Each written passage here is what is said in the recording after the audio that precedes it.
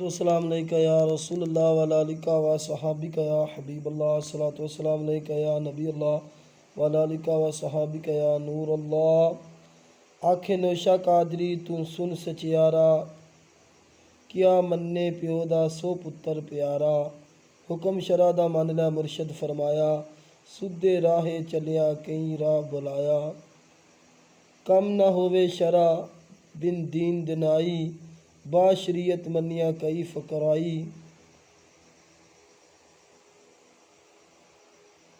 गैर शरा दा होना होवन हिवाना, आया मन्नन हुक्म नू आ हुक्म ना माना। शरा जहाज रसूल दा चढ़िया, जो चढ़िया सो तरिया। मन्ने शरा मुहम्मद दी जी कलमा पढ़िया, मूहों आखन मन्निया ते मन्नन नाई। सोई झूठे दरगाह दे अगे सरसन बाई, मन्ने नाई हुज्जती जिस हुज्जत चाली। शरा चलावे अपनी उल्टी बवाली, मन नी गैर शरा नू जिस शरा न मन्नी। हद शरा रसूल दी तिस मोरख बन्नी। गैर शरा जो पीर है सो पीर न कहिए, गैर शरा फकीर ती हिक फलक न सहिए। कैम जड़ा शरा ते सो दीन ते कायम, रहसी शरा रसूलुल्लाह दी आलम ते दाइम। गलबा अहले शरीयतां गैर शरा नित इन्ने, जिथे शरा रसूल दी तिथे मर्द सकीने। सच्ची शरा रसूल दी गैर शरा सब झूठे। नौशा कहे गैर शरा नू नहीं खैर विच, गैर शरा नू नहीं खैर विच ठूठे।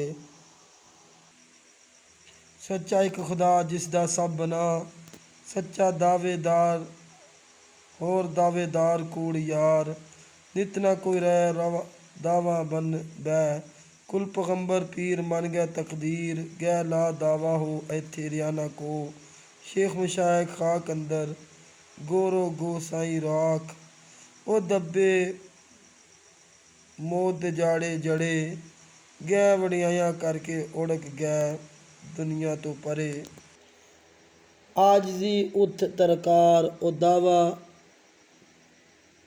बन्ननहार, दावेदार जो पंथ उसदा कूड़ ग्रंथ। ला दावे दरवेश तना दी सिफत हमेश, राह फकीर सच दावे कच्चो कच। जो जम्मे ओता मरे सो दावे की करे, जो बंदा हुक्म दा होवे सो दावे करे ना करे।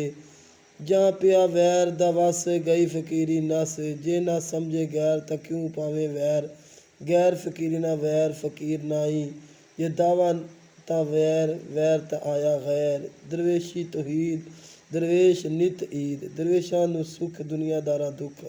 जे ना दुखे फकीर तां क्यों ना रुलन अमीर। दुख दरवेश जे पावे तां नगड़ी उजड़ जावे, दरवेश दा दुख लई कन्ना दा सुख।